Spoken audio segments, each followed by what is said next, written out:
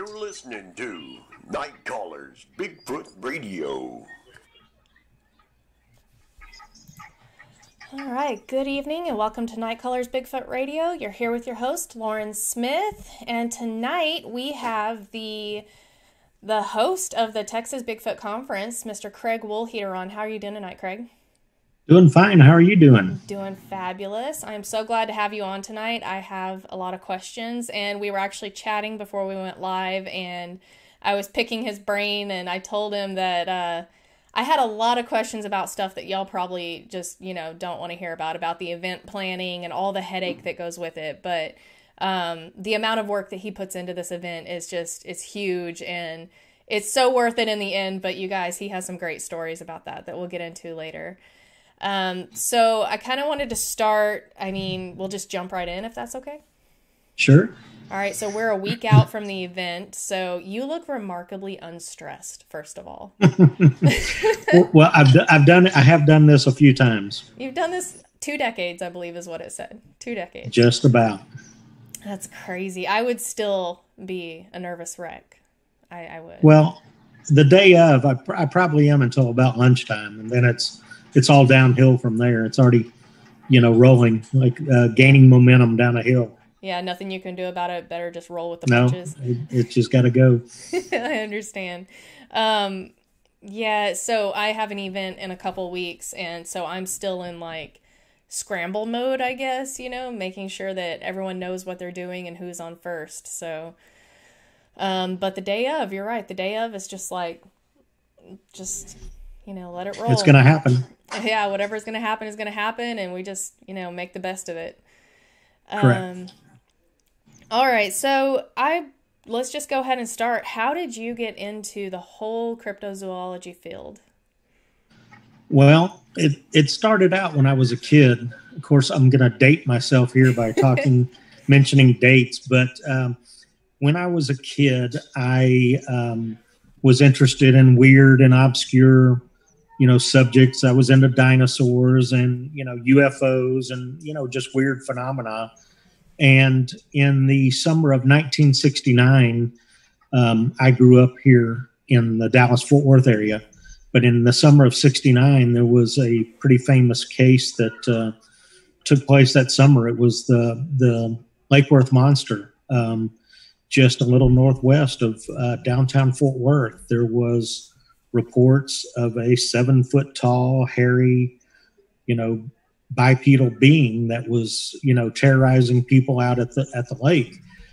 Back then, now it's a Fort Worth Nature Center and Refuge, but back then it was, really just like a lover's lane type area where the teenagers would go hang out and park and stuff. But that summer there was a whitish 7-foot tall hair-covered being that was being seen out there and was called the Lake Worth Monster. It was also called the Goat Man, but I don't believe it was, a half goat, half man or anything. I believe it was just, a albino or white-colored Bigfoot that was running around out there. And it was pretty big news back then. On July 10th and July 11th of 1969, it was actually on the front page of the Fort Worth Star-Telegram. And we're talking, a little over a week from then was, when man first landed on the moon. Mm-hmm. And the front page story was about some strange creature that was seen out at the lake. That's pretty significant.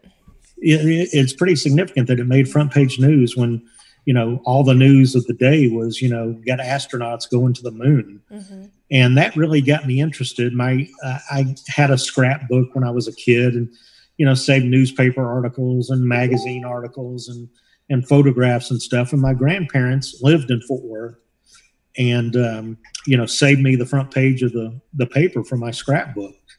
And so there was that. And then about a month later, a local woman from Benbrook, Sally Ann Clark, had written a short book about the Lake Worth Monster.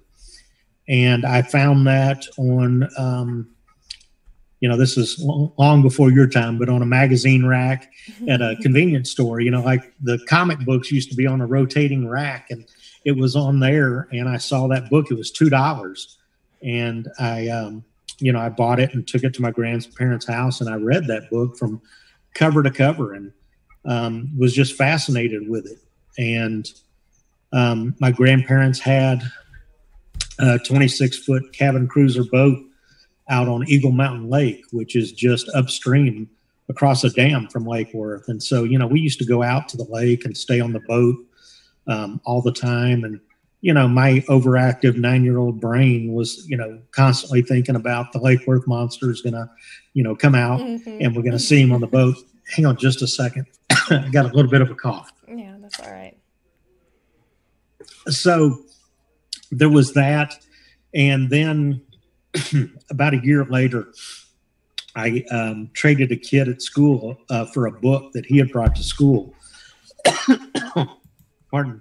By John Keel, who also wrote the Mothman Prophecies, but he had written a book called Strange Creatures from Time and Space. And I had gotten that book that had, chapters about monsters and creatures all over the world.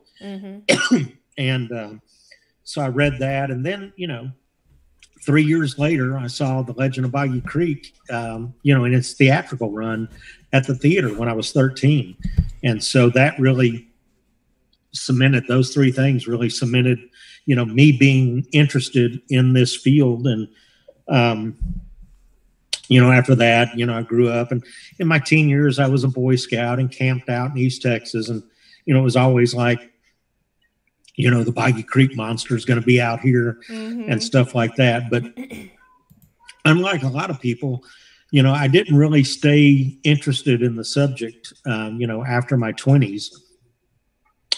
The 70s were really the heyday of Bigfoot reports that were in newspapers and a lot of coverage, news coverage.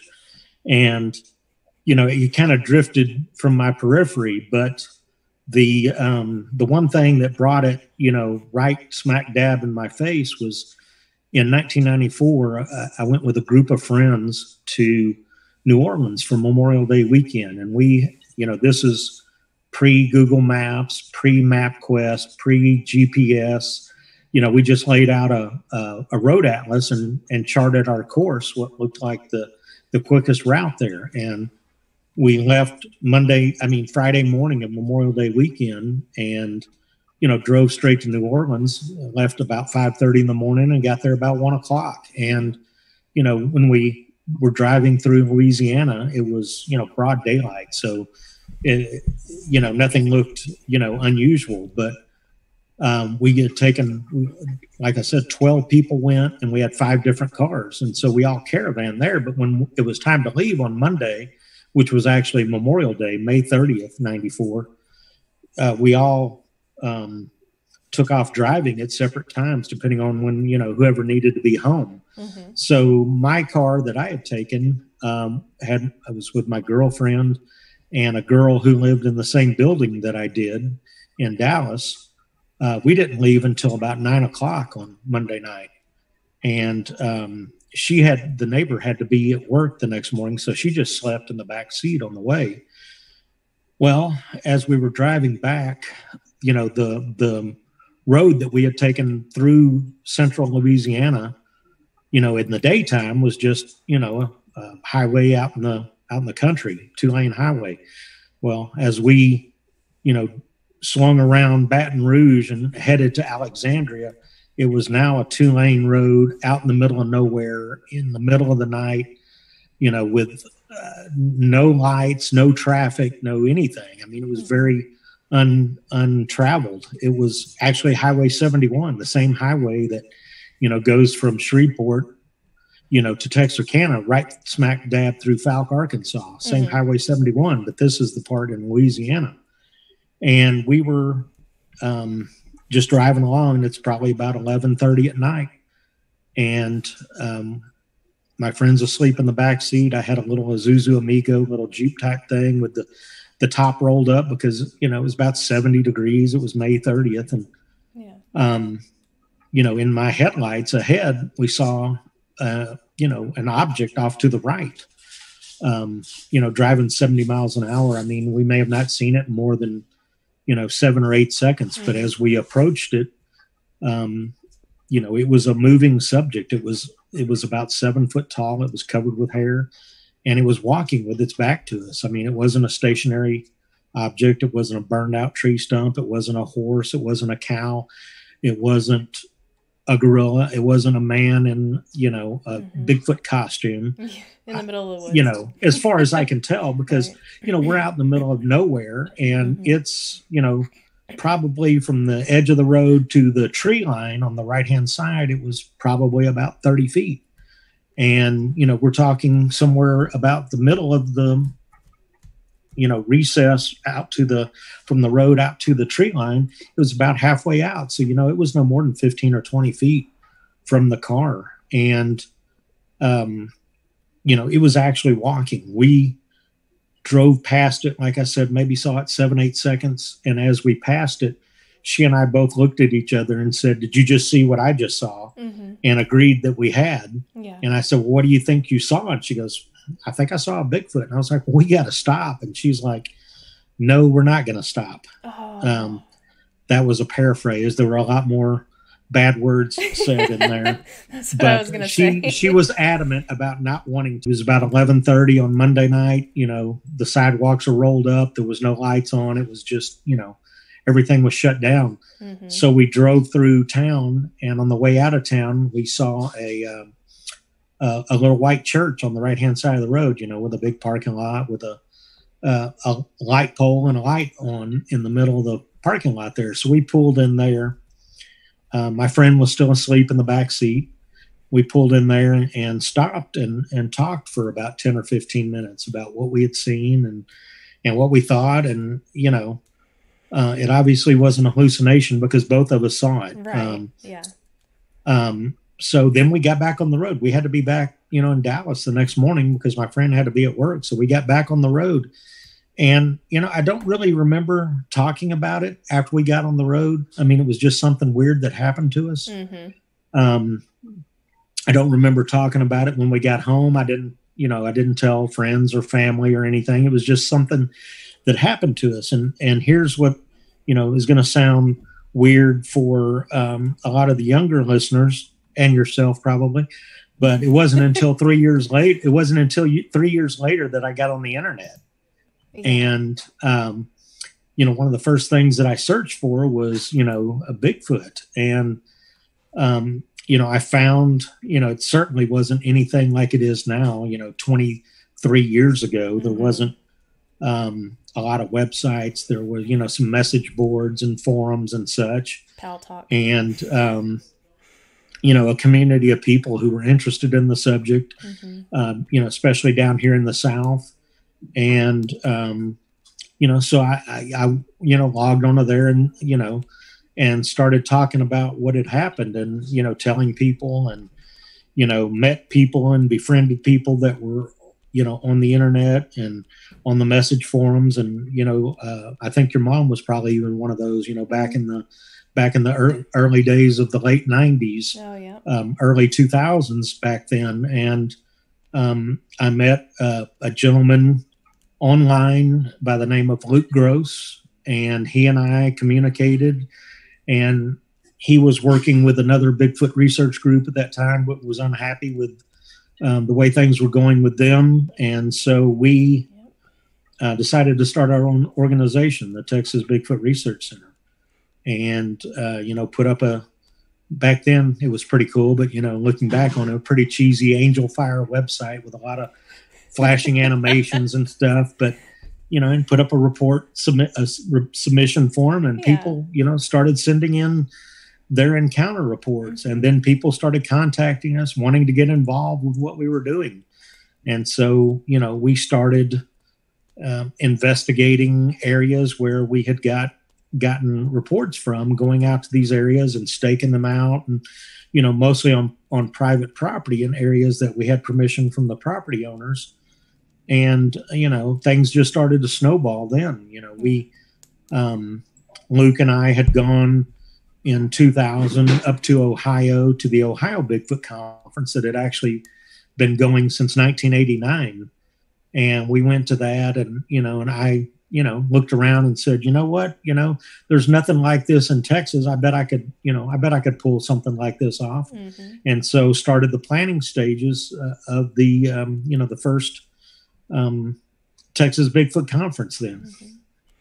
Mm-hmm. It's a big movement. It was a big movement for the South, but more specifically, like our side of the South, we didn't have anything like that. So, I mean, it not only gave, researchers a place to get together and meet in person and hear people speak, but it gave people who were interested in this topic a place to go and learn about it. Because like you said, chat rooms were a thing, of course, but the internet wasn't what it is today. Right. We didn't have YouTube. And when I went to the Ohio conference, I really, bonded with the people up there and, made to feel like, longtime friends or family. And, mm-hmm. And I've said since I started, in Bigfoot research, which, is in my 21st year, of organized Bigfoot research, that, 50% of this research community, whatever you want to call it, is the camaraderie. I mean, I've met some of my very best friends that I have in life. I've met, through Bigfoot, and, going out in the field with them and investigating and, going to conferences. Conferences are a great place to network. I know, mm-hmm. A lot of people, downplay them. It's like, oh, if you got free time, you should spend it out in the field investigating or whatever. But I mean, they're huge opportunities to network with mm-hmm. other researchers. Definitely. That, are maybe not local to your area, but, a state or two away that you can get together with and mm-hmm. Investigate, research, get together and commiserate, mm-hmm. talk about research, opportunities or methods, and learn from each other. Yes, definitely. And it's a safe place to meet up as well. I mean, outings are great. I love meeting up with people and going out into the woods, but also you have to think sometimes it's not safe to meet up with complete strangers and go out into the woods with them. It's just something, so I mean, conferences are a great place to make new research partners and go out and, kind of in a safe space to see if they're weird, crazy, all of that. Sure. Well, we're all a little bit weird, I guess. But we're all really weird, but there's like, someone that wants to wear your skin weird, and then there's us. So yeah, it is a little different. Yes. You've been doing this for 2 decades, and I mean, I kind of wanted to know from your vantage point, you've seen, how much has it changed the Bigfoot community, well, the Bigfoot world and the phenomena of Bigfoot? How much has it changed from the very beginning when you started this to now? Well, it doesn't, back in the early days, the internet has helped and hurt, mm-hmm. in my opinion, because, back in the old days, there wasn't a proliferation of hoaxing.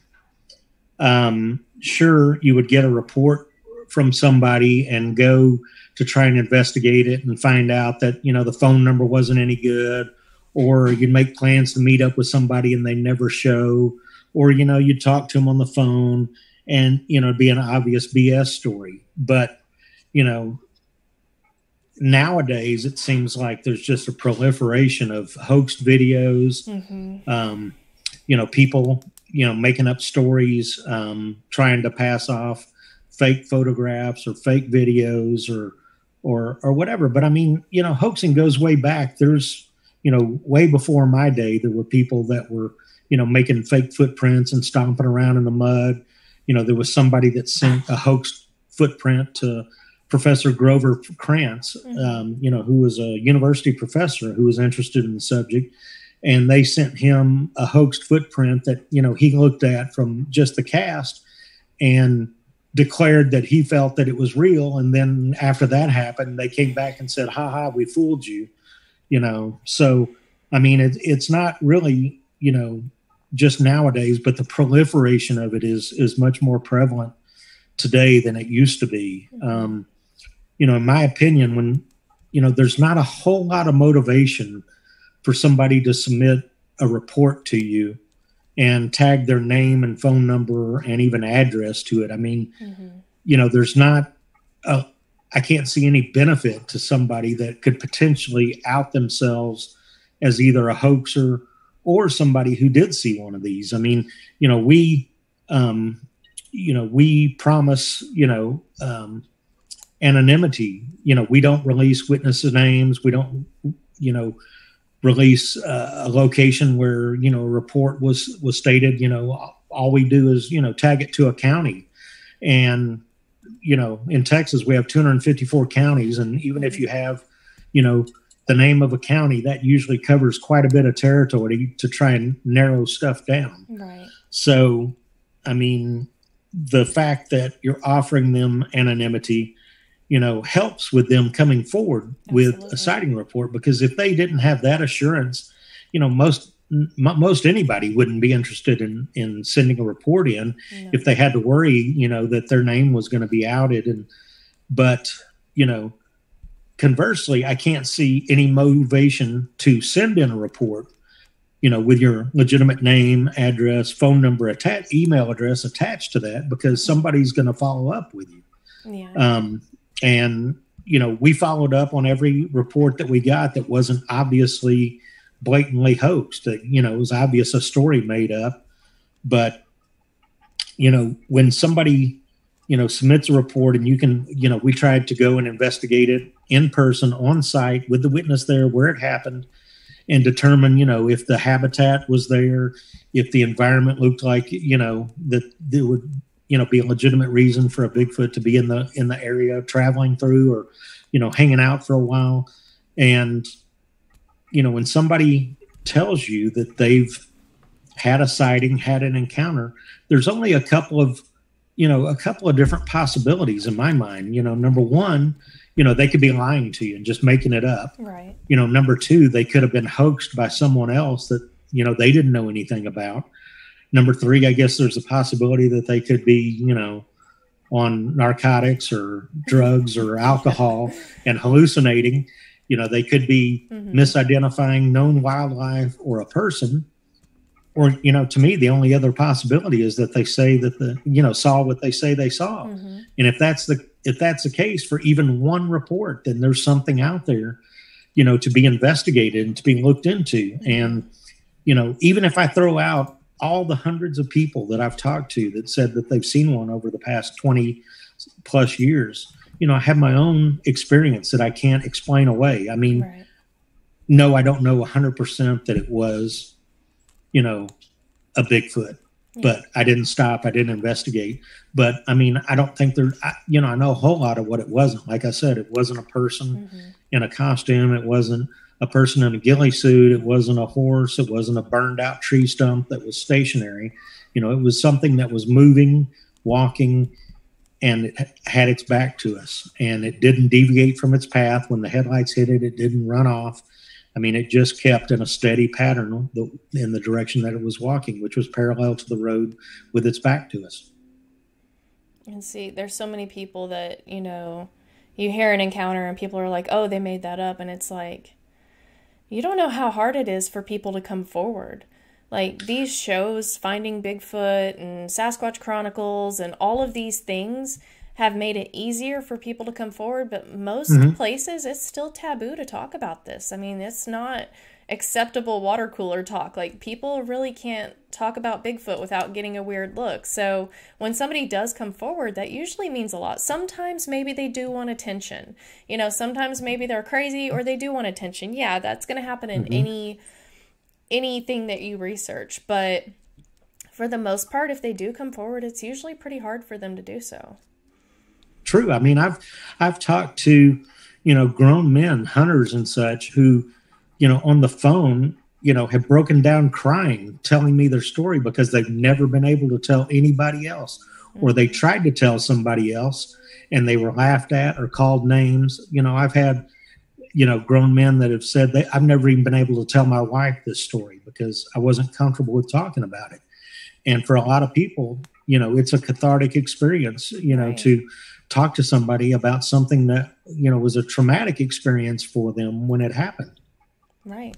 Yeah. I've done I've done papers on this before for my psychology classes that say, how this can ruin lives. When you see something like that, you have an experience, an encounter like that, you see something that big or that scary. Shocking. Yeah, that's not supposed to exist. It's not supposed to be on this planet, and your brain can't handle it. And sometimes there's a lot of PTSD from that. Sometimes, it will mess with somebody so bad that it ruins their marriage, they lose their job. Mm-hmm. I mean, this is a serious thing that people don't really take seriously on that part. They're like, "Oh, you saw Bigfoot, you're crazy." And it's like, no, you don't understand. Like, this really messes with some people because it's not supposed to exist, but it does. And Right. they don't believe until they see it. And when they see it, their brain can't handle it. Right. I agree. Yeah. I've done a lot of papers on that. And it's, and for that fact, researching Bigfoot. I mean, researching it has ended marriages and Sure. caused problems and, lost jobs. I mean, we don't, we willingly do this, and we know what we're sacrificing whenever we go out into the field, every single weekend to look for this thing. And I always tell, because I've been doing this for 20 years with my mom, and I still have not had a sighting. And I always tell her, I said, I feel like a dog chasing a car. Like, what am I going to do when I catch it? Like, what am I going to do with it? I think I'm going to be able to handle it, but I probably won't. Yeah, I mean, in the years that I've been doing this, in an organized fashion, I've never had another sighting myself. I've had experiences out in the woods where,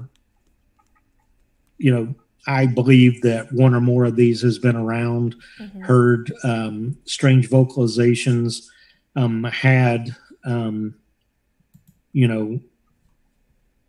wouldn't say I've ever heard wood knocks, but we've heard, like a green branch being stressed and then snap and sound like a gunshot, and actually had a parabolic dish hooked up to a tape recorder. And, when you play back the tape, you can hear, the branch being stressed and then snap. And we actually heard, after the snap, you could hear something that went, ooh, like that, like exerting energy, that it was stressing a branch and broke. And then, was a release like that. Found strange footprints that out in East Texas, the best footprints I've ever seen in the ground were on the west side of Lake Tawakoni, between Greenville and Terrell. We had hiked in along a creek that fed into Lake Tawakoni, and on the way back out, we had hiked in about 3 miles. It was actually on January 27th of 2001. It was 39 degrees and it was drizzling, and we had a group of about 15 or 16 people out there hiking, looking for evidence. And we had hiked in about 3 miles towards the lake, and we had turned around and hiked out a different way. We fanned out in a big grassy meadow and, spaced out about, 10 feet apart, hunters on a drive, trying to, flush something out or whatever. But we were looking at the ground as we went out because it was, it was kind of muddy at that point. And, we actually found a trackway of 3 tracks that were 16 inches long with five-toed tracks. And that were, the first set were 52 inches apart from toe to heel, and the second set were 48 inches. And, we only saw 3 tracks, but definitely feel that they were legitimate tracks. They were, much larger than a human foot, normal human foot. This was a random, the area we had come out. You know, if people are going to hoax, and people will, you know, we've had footprint finds, you know, reported to us and gone out there and found tracks, you know, on the roadway, on the shoulder, you know, like near a creek or something. But the fact of the matter is, if somebody's going to hoax you, you know, there's got to be a payoff for the hoaxer. You know, the payoff has got to be, you know, that somebody's going to find the footprints. Now, I can't see somebody hiking in out in the middle of nowhere, 2 miles in off the road, and putting 3 tracks in the ground, and then hope somebody's going to wander, you know, across them, because it was just random that we walked there. Nobody knew we were going there. It was, you know, and the fact of the matter is, you know, it was really, oh no. Oh no. I keep waiting for that to happen to mine. I do every show. You there know, we go. You're good. Waiting for, you know, somebody to run across them. But, you know, nobody knew we were going out there. And I just can't see that somebody was able to go out there and put some footprints down and hope that we wandered across. I mean, this was one of the first, you know, large organized outings we had done. You know, back in the 1999, 2000 and 2001, it was really just me and Luke and maybe a couple of other people. There weren't a lot of people involved. But in 2001, we got a huge influx of people that wanted to get involved.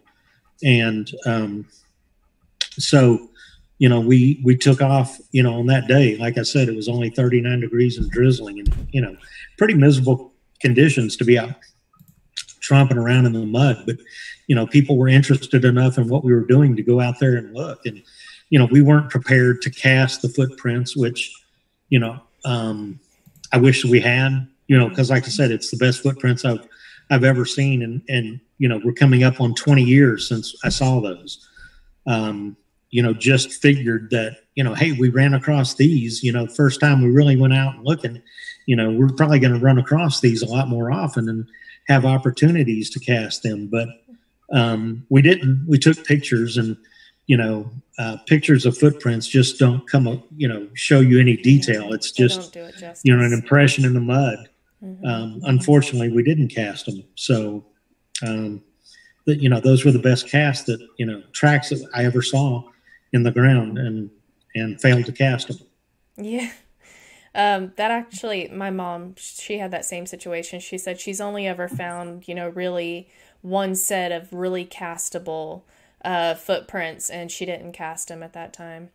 So, some people call it the Bigfoot curse, you know, it's the Bigfoot, you know, your curse. Equipment batteries die just, you know, when you're out in the field and ready to start recording, or, you know, you hear something and your recorder's not turned on, or you're not prepared to, you know, collect the evidence, you know, it's called the Bigfoot curse, unfortunately. It's the Bigfoot curse, and it's happened. I mean, everyone I know, and myself included, it's happened to us all at least once. And it's, you know, Dustin and I, we had gone out with Stephen Hill, and I'm not sure if Michael Waldy was there, but we went out with a bunch of people, and we were standing there because I had heard something in the woods, and he said, "Oh, it's acorns falling." And I said, "It's really not, though." I said, "There's something else." So we were standing there, and all of a sudden, I think it was a screech owl. Dustin had his recorder, and he turns it off, and he goes, "Well, I guess that's it." He turns off his recorder, and this thing bust loose out of the woods. I mean, enough to make us all jump as loud as it could. And he just looks at me, and he just almost throws his recorder back in the woods. He was so mad. He missed it, and he just walks back to the truck and leaves me standing in the woods by myself. And I'm like, okay, seriously? But that's the Bigfoot curse for sure. That, and you'll always be broke. If you want to get into Bigfoot, like, you'll be doing fine financially. You get into Bigfoot, all of a sudden you will be broke. More broke than you've ever known. Yeah, it's not a cheap, inexpensive hobby. I mean, it's really not. You know, my opinion is that technology is finally going to catch up with these, whatever you want to call them, creatures, beings, you know, animals, whatever, that, you know, technology is, you know, rapidly increasing with, you know, back when we started out, I mean, the biggest thing was, you know, night vision And, you know, it was really expensive and not very good, you know, back in the Yes. late 90s. And, Right. you know, we've come out with, you know, first gen, second gen, third gen night vision, and then there's military grade. And now we have, you know, affordable FLIR, thermal capabilities. And, you know, while, you know, even with night vision, you know, things can blend into the background. I think these things are masters of their domain. I think that, absolutely. you know, people that talk about them cloaking or disappearing, I think these things can just blend into their surroundings. You know, they're typically, you know, a lot of them are brown or black or, you know, red, burgundy, or, you know, whatever. And, you know, can blend into the foliage. And, you know, I've gotten tons of, well, not tons, but reports of people saying, you know, that were hunting and, you know, they heard a stick snap or heard something behind them and turned around. And, you know, one hunter in particular that was up near the Red River, just south in Texas, you know, heard that and turned around and saw what he thought was a burned out stump. You know, just, you know, I don't remember what distance, but, you know, thought that's what it was. And so he, you know, pulled his rifle and his scope up to his eye and looked at it, and he saw that it was, you know, a Bigfoot that was standing perfectly still there. And he had it in his sights. And he said, you know, if I had wanted to, I think I could have put a bullet in its head. But he didn't feel the need to. He didn't feel threatened by it. He didn't feel, you know, first of all, he didn't know, you know, for a fact that it wasn't a human in a suit. You know, it looked, you know, so close to a hairy human that he didn't feel that it was right to. And then he heard another sound over his left shoulder, and he looks over behind him to see what it was. And when he turned around, it was gone. And he felt that it didn't have time to, you know, he didn't hear any noise. He didn't feel that it had time to run out of his vision. You know, it was in a fairly good clearing at a creek bed. He felt more likely that it had dropped down into grass that was probably about knee level with this thing, you know, maybe 2.5, 3 feet tall grass that was in this field. And he said, you know, that really scared him when he thought about it, that this thing could have, you know, disappeared and be hiding in the grass, you know, that close to him. So he left everything there and his equipment, you know, and loaded up, went to his truck, loaded up and left everything there.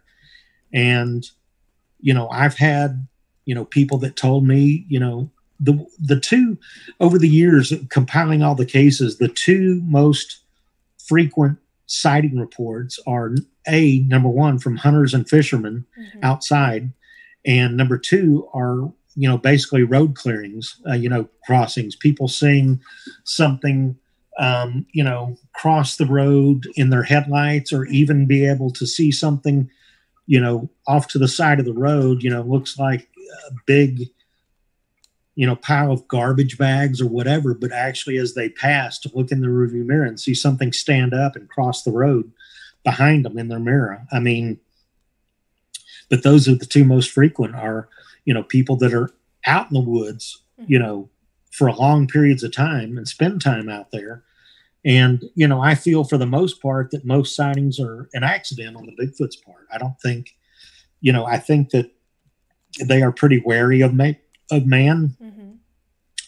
but it's a catch-22 because they also seem to be very curious of man too. You know, I've gotten lots of reports of people that live, you know, in rural communities out in the country, and maybe a woman washing the dishes at night in the kitchen and look out the kitchen, the sink right over the window, right over the sink, and see a big face looking in, you know, at them, or a family watching TV and hear a noise and look out the window and see, you know, something, a large silhouette outside. You know, I've gotten reports of actually, you know, people that have had visuals of something, you know, Boy Scouts, college kids that were out camping with the professor, of being asleep in their tents at night or whatever, and something creeping into their campsite and going through their backpacks or whatever, and somebody hearing something and waking up and sticking their head out, their tent flap, and see something big take off running. I mean, the one instance I'm talking about with the college kids and the professor, they actually, they found a footprint there where this thing had taken off, and actually cast the footprint. This is back, probably in the 60s. It was a fairly older gentleman that talked about, when he was in college that happened. But, these things come around civilization, but for the most part, they try and be wary of man, and not, I think, trying not to be seen, seem to walk in places where they're not going to leave footprints. I think a lot of the times footprints are maybe left by accident, or in a place where they're not able to, walk on stones or on rocks or whatever to avoid leaving footprints, because, like the 3 footprints I found, there was no other prints around. I mean, some people will say, well, maybe he was in a UFO and it set down and, and then he got beamed up or something. I don't believe any of that. I believe these are flesh and blood creatures, that are so far, as far as I know, undiscovered, uncatalogued by science. No, I agree. I think a lot of sightings, my personal opinion, a lot of them might be curious. I think a good chunk of them are juveniles being curious. But I think a good portion of them, and this is my personal, belief, is a good portion of them are distractions.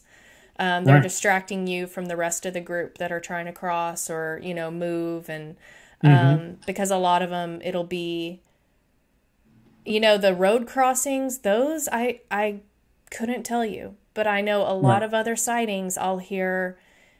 And just a lot of the situations I've been in, it always seems like they're trying to direct your attention over here, and then something happens over here. And because at least twice I have had a FLIR on something, and something get thrown at me or something get thrown near me. I look over, I look back at the FLIR, whatever I had it on is gone. And that has happened to me twice, and along with other just stuff along those lines. And so I know that they are masters of distraction. My kids could take notes from them. They are really good at it. So, that's my theory is distraction, and then juveniles. Juveniles are they're curious little things, and, they're just like any human juvenile in that they're rebellious and they don't listen, and they're going to go get into trouble. Yeah. I agree with that. Yes. I wanted to ask you about Cryptomundo. So, how did that get started? What is it? How long has it been running? Well, that got started back in 2004, actually, is when the idea came up for it. My younger brother is an IT professional and had been watching, things in the IT world. And blogs and stuff like that were really, starting to take off. There was a lot of communities that were, provided forums for people to talk about things, and there were, themed communities. There was like Dogster and Catster, actually, that were, communities of, dog owners or breeders and cat. Really? There was ones, directed at, cars and, just different hobbies that, that things that breeded these. And so, my brother, being in the IT field and knowing, what I was into, approached me with, what do you think, if we could come up with something like that, that was aimed at the, the cryptozoology world. And so I just coined the name Cryptomundo, taking crypto from cryptozoology, which meant, cryptozoology is, the study of hidden or unknown animals. And mundo is Spanish for world. And so I just, put a little Latin and Spanish together and came up with Cryptomundo, which just meant, the world of cryptozoology. Right. And so we started that. And, I called in, some of my colleagues from the start. It was myself and Lauren Coleman and Rick Knoll, longtime Bigfoot researcher, and John Kirk, the president of the British Columbia Scientific Cryptozoology Club. And it really took off. I remember the biggest thing that ever happened to us. We had planned, and we it used to get a ton of travel. And in August of 2008, when the Georgia Bigfoot hoax came out with the Bigfoot costume that was frozen in a block of ice in a freezer, and was then thawed out, that actually crashed our servers with millions and millions and millions of people, just overwhelmed the servers, and the website was down for a week. It took us, it was thousands and thousands and thousands of dollars from, my brother had an IT guy that built the back end of the site, upgrading servers, and, it was crazy. And, it took a week to finally get it up, upgraded and back online from that crash. I can't remember the actual date. I'm thinking it was August 8th of 2008 when the Georgia hoax came out. But we covered that, everything that came out about that. And, there's been a lot of stories. The biggest problem with the site now is that just the, lost a lot of the ad networks that supported it before. And, they just kept down the metrics of what they paid, because that site we used to update, almost hourly back in the day with new content and everything. But it just got to the point where it really wasn't making a whole lot of money anymore that, was worth, people basically working almost around the clock to work on it.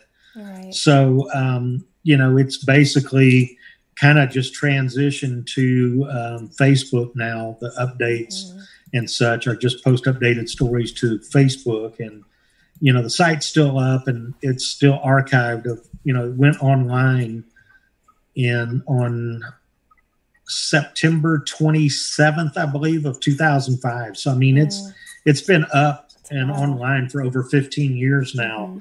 And, blogs, really aren't, what they used to be so much. Now you got TikTok and, Snapchat and, all these different things, Cryptomundo, really predated Facebook. MySpace was still a thing when Cryptomundo first came out. So it's, the world has kind of moved on. It's like I said, there's thousands and thousands and thousands of articles that are archived that, can go back through and, see the stories when they broke and, interesting stories and, a lot of photographs that were unveiled on that site. And, it's a treasure trove of, archived material, but it's just not being updated like it used to be. No, I mean, and it's not feasible to bring all of that over to a new platform either. I mean, it's just... No.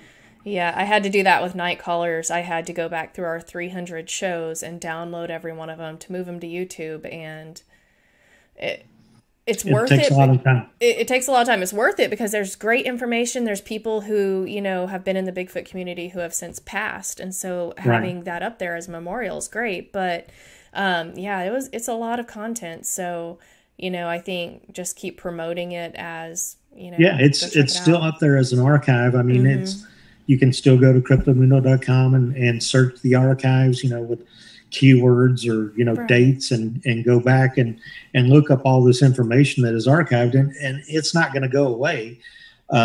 It's unfortunately, in this day right now, not being updated very frequently, but that doesn't mean it won't in the future.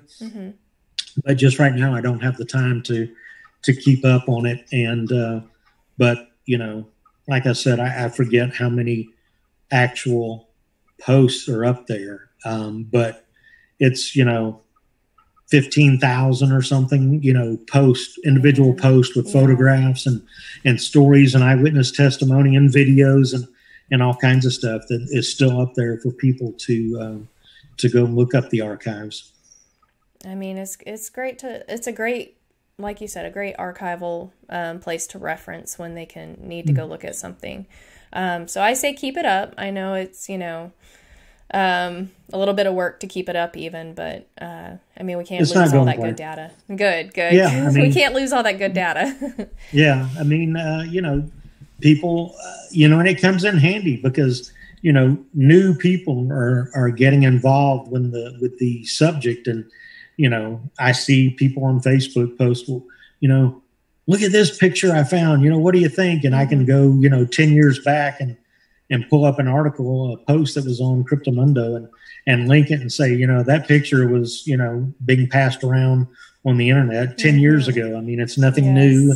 It's, and it was found to be, or the people who did it, fessed up that it was hoaxed or whatever, Yeah, I kind of wish there was, I guess there is through Cryptomundo. I just need to pull up those links and reference those and then share them on the Night Callers Facebook group page, that if you see the beaver paw, the hairless raccoon, there's quite a few that it's just, they're notorious to all of us who have been doing this a long time. They're notorious as like, that's already been proven. It's already been proven. But for newcomers, they don't know that.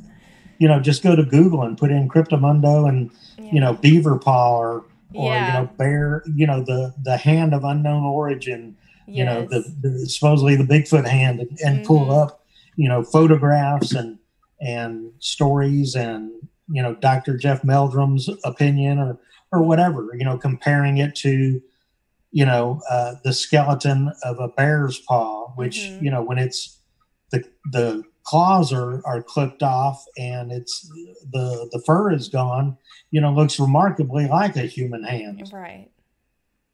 Yeah, I'll definitely have to do that. And I advise anyone else to as well before you share a photo.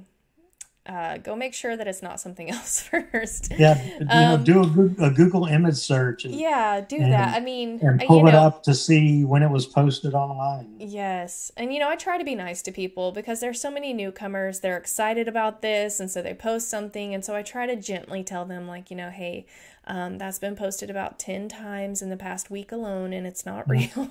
But they don't know. They're excited. I appreciate their enthusiasm, but yeah, you gotta check your sources before you post something. Yeah, for sure. Okay, so you have been on TV shows and documentaries and films. Yeah, I've done some. I've been on a couple of Finding Bigfoots, Monster Quest, Monsters and Mysteries in America. I've been a technical advisor on, a couple of Bigfoot films. And I'm really more a behind the scenes person, even at my own conference. I don't generally speak. I mean, I don't give a presentation. I've given presentations at other conferences, but I generally don't even speak at my own conference. I'm more the organizational person and the person, I'm fine to be the person behind the scenes. Making the event go off, in a good fashion and giving, people have an entertaining event to go to and not, being up in front and saying, look at me. I'm not that person. I mean, I'm happy to be behind the scenes for the most part. Yeah, no, I completely understand. I'm the same way. Everyone's like, then why do you do a YouTube channel in front of, thousands and thousands of people? And I'm like, it's different. I'm sitting in my house. Like, I'm wearing my fuzzy penguin slippers right now. I'm not in front of all these people. Okay. Pics or it didn't happen. No, I need some Bigfoot slippers and then I'll post pictures of my fuzzy slippers. Oh, let's see the flamingo slipper. They're not cute. They're not cute. Sure they are. Now, but I'm the same way. Yeah, I like putting on events for people because I love for people to have a good time. You know, you're a host. That's what you do. You want people to have a good time. And even the stress of running it, once I'm there and see everyone having a good time, it's worth it. Right. But back to the Texas Bigfoot Conference. So I did have a few more questions. You have Certainly 2 decades, worth. So what was your favorite Texas Bigfoot moment? Texas Bigfoot Conference moment, I'm sorry. Probably my favorite. Well, there's been a lot of favorites, been a lot of cool things that have happened, but low battery. You disappeared on me. But one of the coolest conferences was definitely the 2005 Bigfoot Conference in Jefferson. We had gotten a lot of publicity leading up to that event. In the October issue of Texas Monthly, there was a 7-page article about, it was on the cover, actually. I mean, the picture wasn't, but it said Bigfoot in East Texas, question mark, on the front cover of Texas Monthly, which is a pretty big magazine here in the state. There was a 2-page article in the October issue of Texas Highways, that magazine, about us and the conference. There was, that conference was a 2-day conference, Saturday and Sunday of that year in October, and we had over 500 people that attended that event over 2 days. And it was actually a crawler on CNN on the bottom. Oh my gosh. As it said, Bigfoot Conference in Texas draws hundreds, scrolling across the screen on CNN. We actually had a front page story and photograph in USA Today in the life section of USA Today. A picture from the event. It was actually Ken Gerhard holding a Bigfoot cast that was in USA Today, and we held our catered dinners and special events out at a big plantation spread outside of Jefferson. Mm-hmm. And we actually had a Sasquatch Bigfoot enthusiast is a professional Elvis impersonator. And we had a friend of mine who's a singer-songwriter from Shreveport, but is in Austin now. But she came out with her band and played on the front porch of this big plantation home with all the people standing out in the front yard. Oh, and she played some songs, some of her music. She had written a special Bigfoot song for me, the Bigfoot Bayou Boogie, and invented a dance for it. And then had customized one of my favorite songs and rewritten it as a Bigfoot song.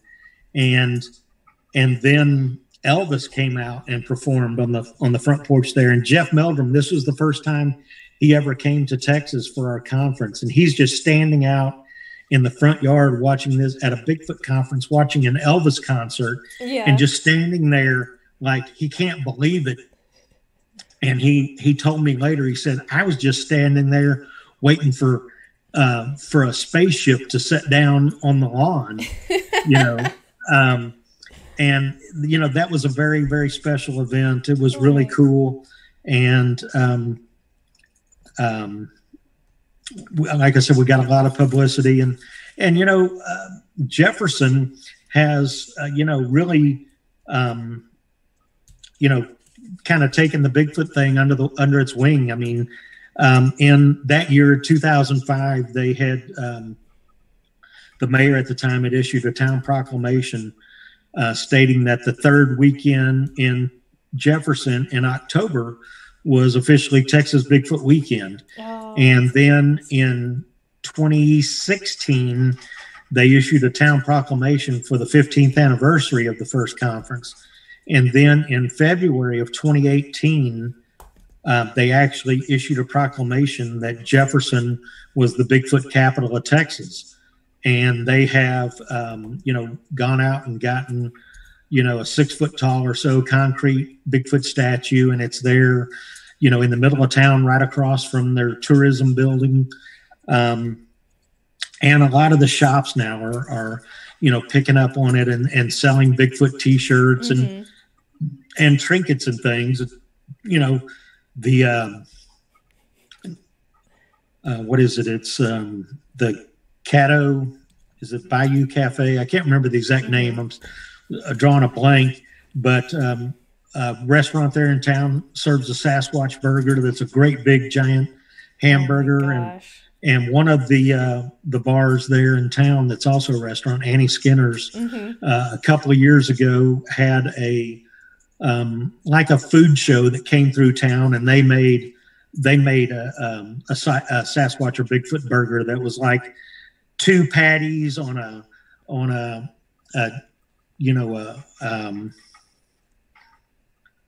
I can't even think of the name of them. A cheesesteak sandwich within 2 cheeseburger patties, and challenge people to try and finish it. So the town has really, adopted it and gotten behind it, and, has embraced it. Like I said, that there's people that are, with the Chamber of Commerce and stuff that are behind this, and adding Sasquatch statues and stuff to town to really take advantage of it, because there's my conference there is only once a year, but people, you've been to Falk. I mean, people come to Falk every day just to see the Monster Mart. Right. It helps the town economy. And take pictures with the cutout or with the mural or whatever. And so, Jefferson is a tourism town, and so they've gotten behind it. And, one of the big tourist draws there now is, it's a Bigfoot capital of Texas, and there's a Bigfoot statue you can get your picture made with, and such as that. Yeah, no, it helps the town economy for sure. Sure. So Michael Waldy said that, he asked, if you do the Bigfoot Bayou Boogie, then I'll show you my slippers. No, that's not fair. I think that's it. As that's I remember not it. So That's not it. Go ahead and prop a slipper up on. Come on. No, you're gonna have you're just gonna have to owe me a dance for next weekend, I guess. And then so we had another question. Michael wanted to know, who was your personal favorite guest? My personal favorite guest as a guest speaker? Yeah, or just guest to have on a show. I don't know what he means. As a favorite guest speaker that I've had at my conference, I would probably go back to Dr. John Bindernagel, who was a wildlife biologist, unfortunately passed away in January of 2018, after only 10 days before announcing that he had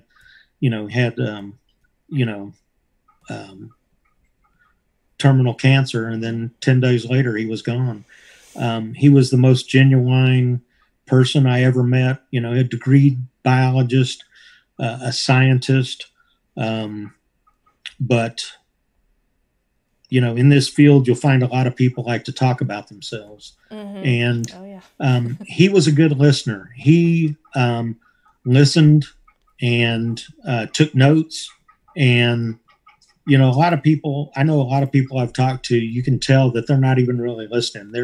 They're already formulating what they're going to say to you as soon as you're through talking, and he was the exact opposite of that. A humble man, a great man, and he's sorely missed in this world, because if I am strictly no kill, but if I ran across a hunter called me and said, "Hey, I accidentally shot something, and I'd like to show you this," or somebody ran across a roadkill that was on the side of the road, he would have been the first person I'd called and flown down here to come see it.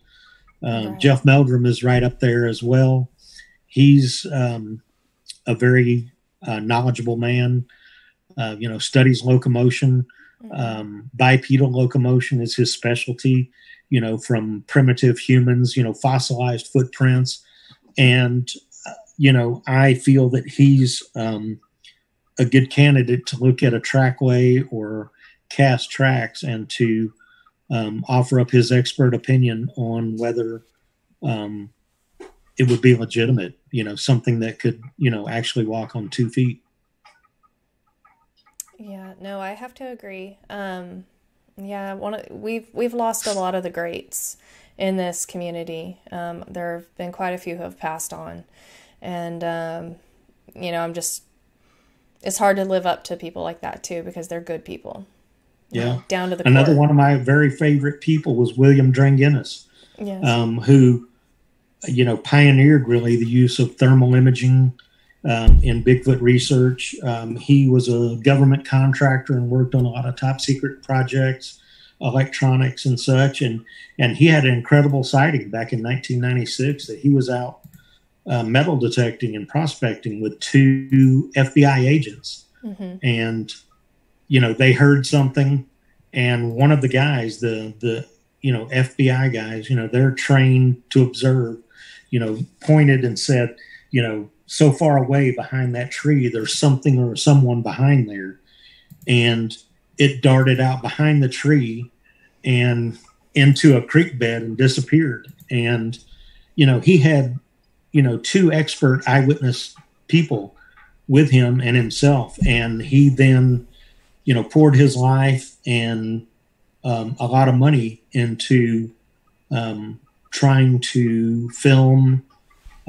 He bought property with a house and acreage out in prime territory, and spent a lot of time and money and effort to try and get credible evidence of these things. And unfortunately, he had pancreatic cancer, and that cancer is usually not found until stage 4, until Right. it's too late.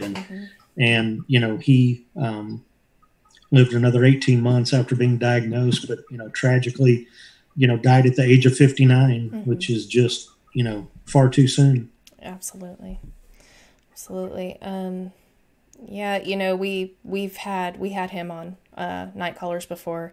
Like I said, we've had quite a few on that have passed on, and we do run their shows yearly. We run their shows as memorials because, it's their voice that we get to put back out there and let everyone hear just how intelligent and how amazing they were. So well, I definitely give you a hand for that and support that wholeheartedly, because there was a lot of them that were just great. I did have another question. Think you froze on me or your phone died? I think his phone died, maybe. I have more questions. Sir, I have more questions.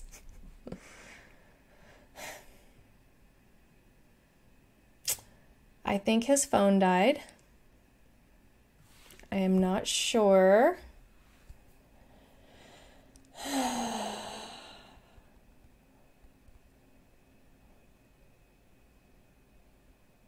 Either that or maybe Zoom froze. It did freeze. All right. So we will see if I can get him back. In the meantime, we can talk about events. Okay, so we have some upcoming events, and I'm going to let him see if he can get back on. So we have some upcoming events. We have the Texas Bigfoot Conference that we've been talking about this whole time. Oh, and he's back. So just in time while I was talking about the Texas Bigfoot Conference. All right, hold on just a second. Let me switch because I'm looking at myself. That's all right. I can see you, so that's all that matters. Okay, did that? Yep. No. Oh. Okay.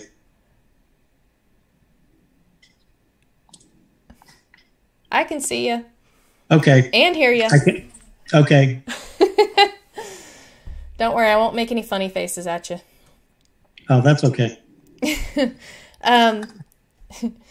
So, and I did want to ask, just in case your phone dies in the next few seconds, I did want to ask, are there tickets still available for the conference next weekend? There are actually a few. The problem that we have is that the capacity on the building is officially at 350. Okay. And during these COVID times, we're limited to 50% capacity. So we are limited to only 175 people, and that includes organizers, speakers, vendors, volunteers. So for Saturday, I think we may have about 10 tickets left. We have availability on Friday night, which will be a catered dinner, and then Cliff Barrickman will be doing a special 1.5, 2-hour presentation there at the visitor center, and there are tickets for that available and a few on Saturday. But the really cool thing is that we had, and I think you're kind of in the loop on it, but we had a pretty incredible situation reported to me on Wednesday morning of this week. And we had some discussion with the property owner, and then I put some other associates in touch there. Michael Waldy being one, Logan Kraft being another, who went out to investigate yesterday. Yes. And it's, again, eyewitness testimony, but it's a pretty incredible story. And we actually have some pretty compelling physical evidence that we're going to show at the conference Saturday after the dinner Saturday night. Yes. We've got videotaped testimony of the property owners of what has gone on there in East Texas. And also, you know, they went out there and checked things out.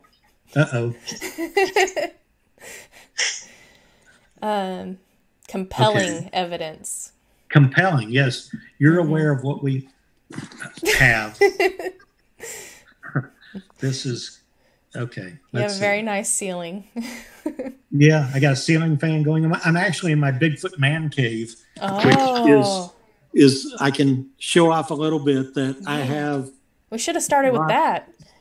Yeah, lots and lots. I don't know if you can see the stuff on the back wall. Goodness. But we've got lots of stuff. We on display here. This is kind of the Boggy Creek corner here. That's awesome. You make my little corner look so unimpressive. A Boggy Creek statue here, and other Bigfoot statues, action figures, and books aplenty. Even toys. Oh my goodness, that's awesome. But lots of memorabilia that I've collected over the past 25 years or so. Statues, posters, paintings, little Bigfoot guys. So we're here in the Bigfoot Man Cave. That's the official name of it here. That's awesome. At my desk with all my little gadgets and that keeps stuff you motivated when you're on stress. display. Yep. Yeah. That's so awesome, man. If people can still get a ticket for Saturday night, I think this eyewitness testimony and the testimony of the researchers and the physical evidence is going to be pretty mind-blowing actually to see. And it's not even publicized, is what we found, what we've done, no reports up, no videos online. This is purely going to be shown at the conference, before it's publicized anywhere else. Like I said, it was an eyewitness property owner that contacted me just Wednesday morning. Today is Sunday. So, that's 4 or 5 days ago. That's how late breaking this is. And so we've decided not to do some of the stuff that we were going to do Saturday night after the catered barbecue dinner by Riverport Barbecue, which is one of the top 50 barbecue restaurants in Texas. and excellent barbecue there in Jefferson, Texas. They've catered my events going back many, many years.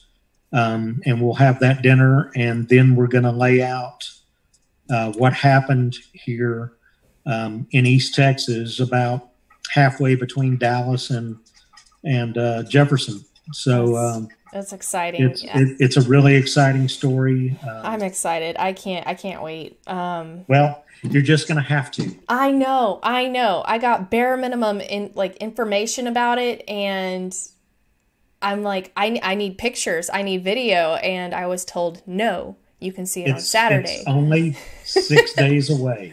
That's a long time when somebody tells Monday you night, they have Tuesday night, Wednesday night, Thursday night, Friday night, Saturday night. No, 6 that's days. a long time when somebody has good Bigfoot evidence to share. That is years of waiting for me. That's not even a dog year, ma'am. Man, that's a long time. Okay, but it'll be worth the wait. It'll be worth the wait. Yeah, because if you guys don't know, Michael Waldy is one of the most hardcore skeptics I've ever met. That man could have a Bigfoot walk up and shake his hand, and he would still be like, that's just not really good enough for me. I don't think so. Like, he is so picky about his evidence, which is good. Everybody should be picky. You've got to be skeptical. This guy is like, he can have really great evidence, and he's like, it's not good enough to share. No, I refuse. He is so picky. So this is huge for him to be a part of this. Yeah, I mean, he's going to get up in front of everybody and present, talk about them going out there, what they saw, what they, how they felt about the witnesses, and then we're going to play, and it's, I think Logan told me it was an 1.5-hour video. Now he's editing it down to, all of the most important information down to about a 30-minute video. So we're going to talk about what led up to this, what the eyewitnesses told us, what they found when they went out there, how they felt talking to the witnesses, because they spent Friday afternoon, talking to the witnesses into the evening. They spent the night out there on the property. Last night. Had a couple of interesting things happen. I mean, not anything earth-shattering or anything, but, possible activity. And then, retrieved this piece of physical evidence that we're going to have on display at Saturday at the conference. And it's actually, I will give a hint here, it's actually something that could possibly provide DNA evidence. If DNA can be collected from this, there's a possibility, because this evidence was actually, it's a week old at this point. This showed up on their property Monday morning of last week. And, it's Sunday night, so it's basically a week old. And there still could be trace evidence that could possibly be tested for DNA. And, you're the first public outlet where this has even been discussed. So, I mean, nobody has heard anything about this. It hasn't been on the internet. It hasn't been discussed. No pictures have been shown. But this is the first that it's been publicly even discussed. So if you have the ability to get out here to Jefferson for the conference next weekend, I would advise that, you take every opportunity you have to get in there. Like I said, there may be 10 or 15 tickets for Saturday night. And if you can do it, we are actually going to try to live stream the event live Saturday. And what we will plan to do is to live stream the conference from 10 to 5 or so. And then when we get around to about 8 o'clock that night to discussing the encounters, multiple encounters on the property, and then show the video of the physical evidence that we've collected. We are hoping to be able to stream that for people that aren't able to attend or, don't want to attend because of COVID, can't get a ticket because it's sold out because, unfortunately, every year we pack this place out and have to turn people away at the door. Yeah. And this year, we're not going to be able to, take any people that show up at the door are not going to be able to come in because we have to maintain the 50% capacity, by, Texas, the governor has opened up restaurants and facilities to 75% capacity, but Jefferson has not opened up this is a city-owned building that we're using to present in, and they are still limiting to 50% capacity. One of the things that may interest people is right now, Marion County, which is where Jefferson is, has lifted the mask mandate. Okay. There are no masks required to go indoors in Jefferson. That was my next question. Personally, I'm going to wear a mask because, we're going to have people traveling from,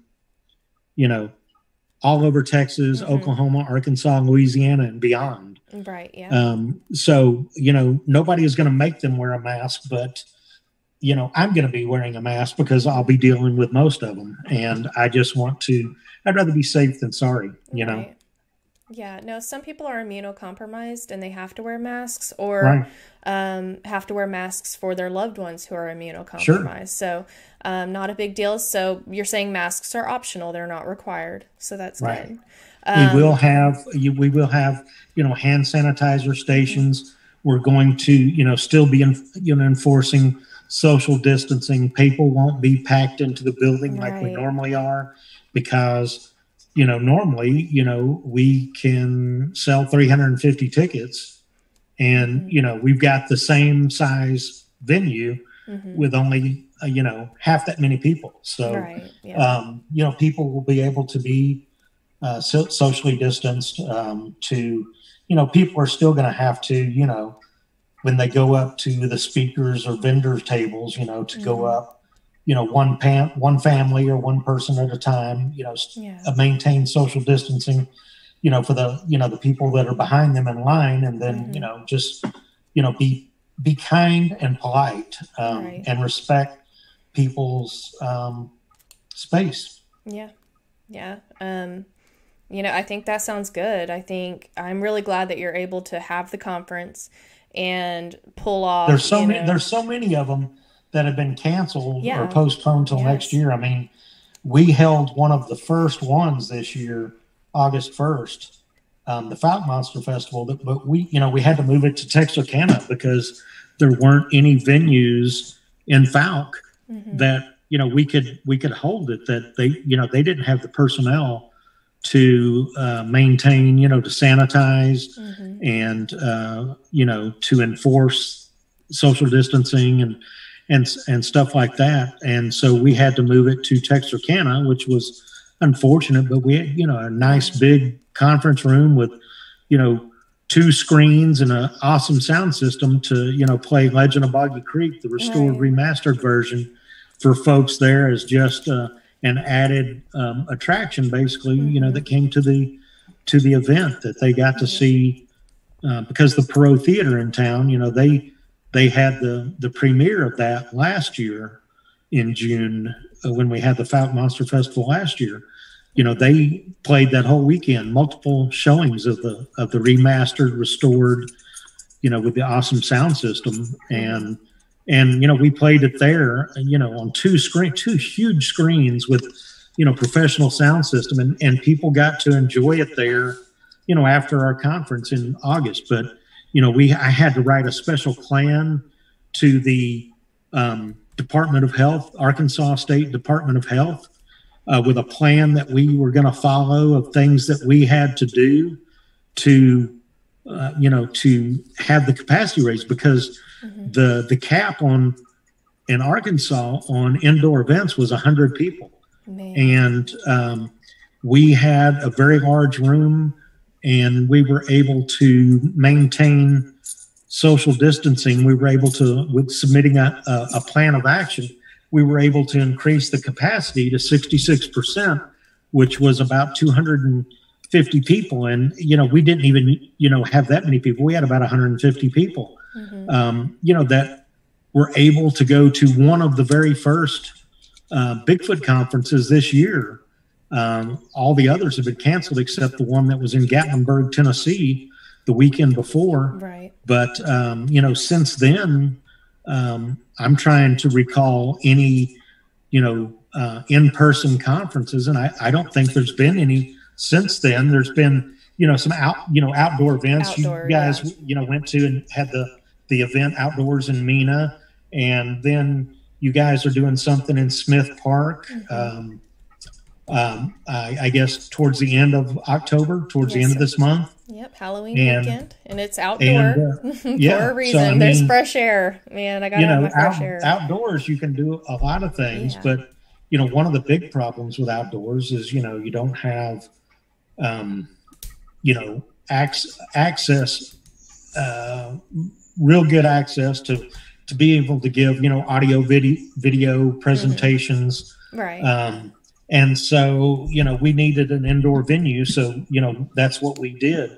But, I'm glad to see that some people are, having outdoor events. And, because, people, this is, a hobby for a lot of people. Some people, it's, kind of a, they're living for some people. I mean, there are people that, can actually make a living,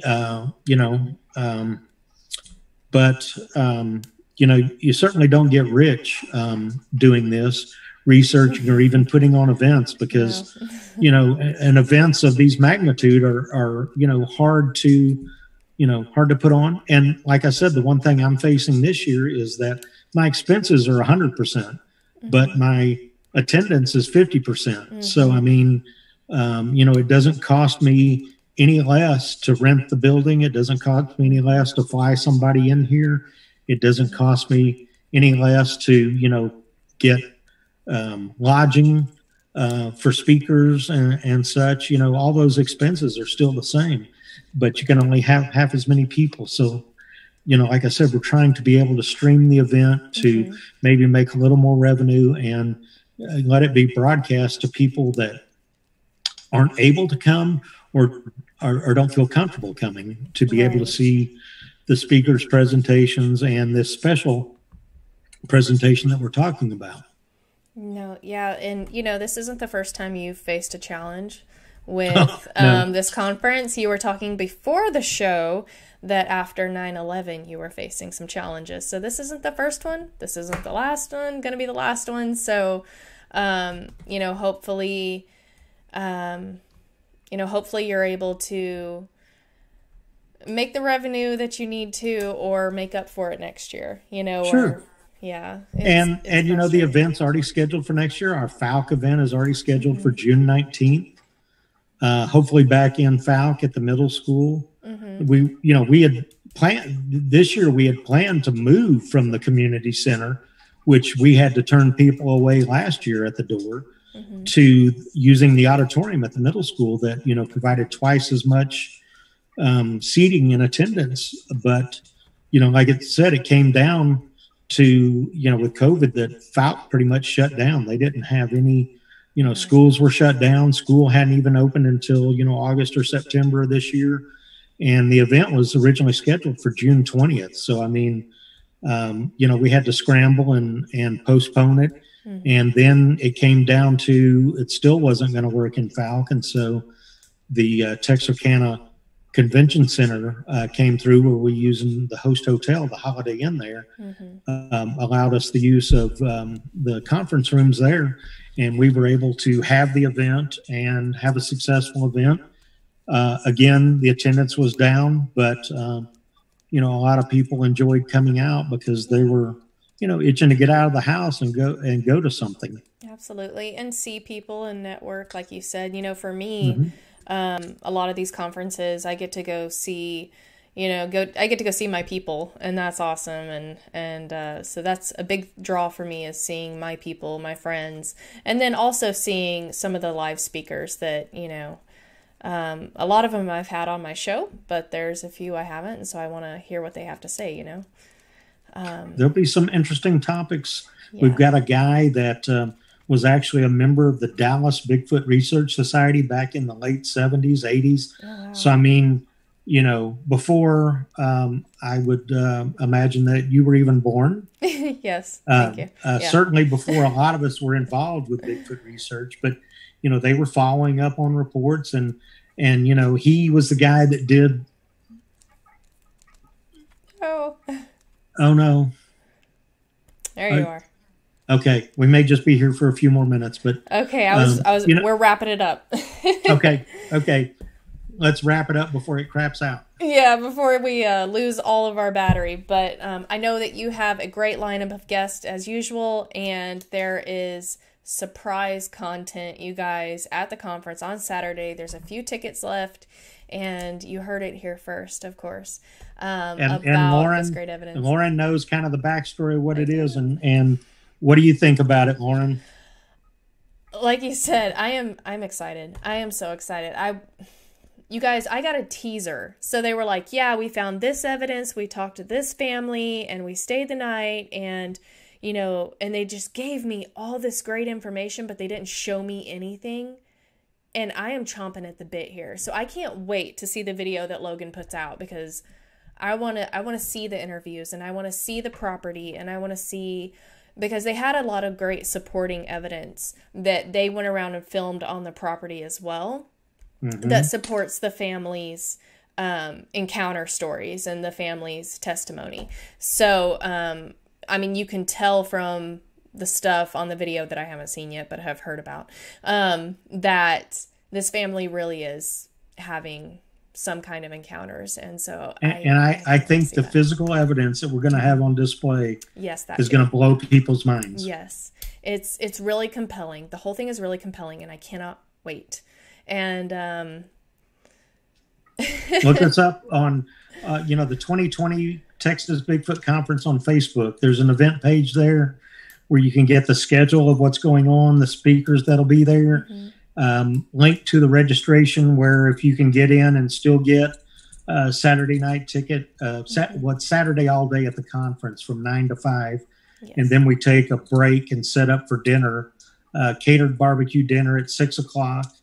And then at 8 o'clock, after everybody's had dinner and time to commiserate and talk and visit and catch up with folks there, and talk to the speakers, and buy a signed copy of their book, or peruse all the other Bigfoot related merchandise that'll be there from other vendors.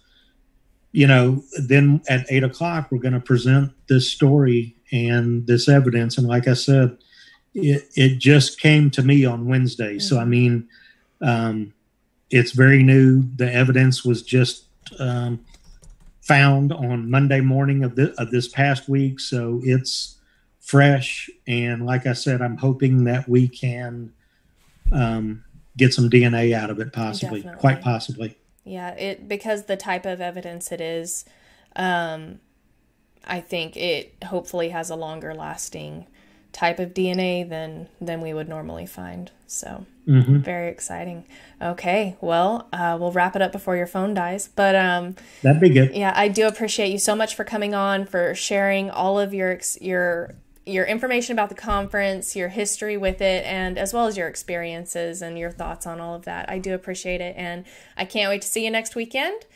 Yes, ma'am. It'll be Friday night Monday night, Tuesday night, Wednesday night, Thursday night. Friday night is 5 days away from tonight. Yes, it is. And I'm chomping at the bit. And then you'll still be chomping at the bit to see what happens the next night on Saturday. I will.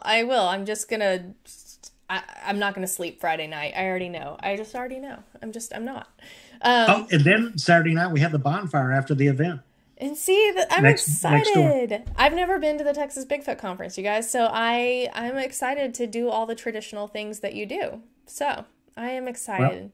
You'll have fun. I know. Well, we're all going to have a great time despite Exactly.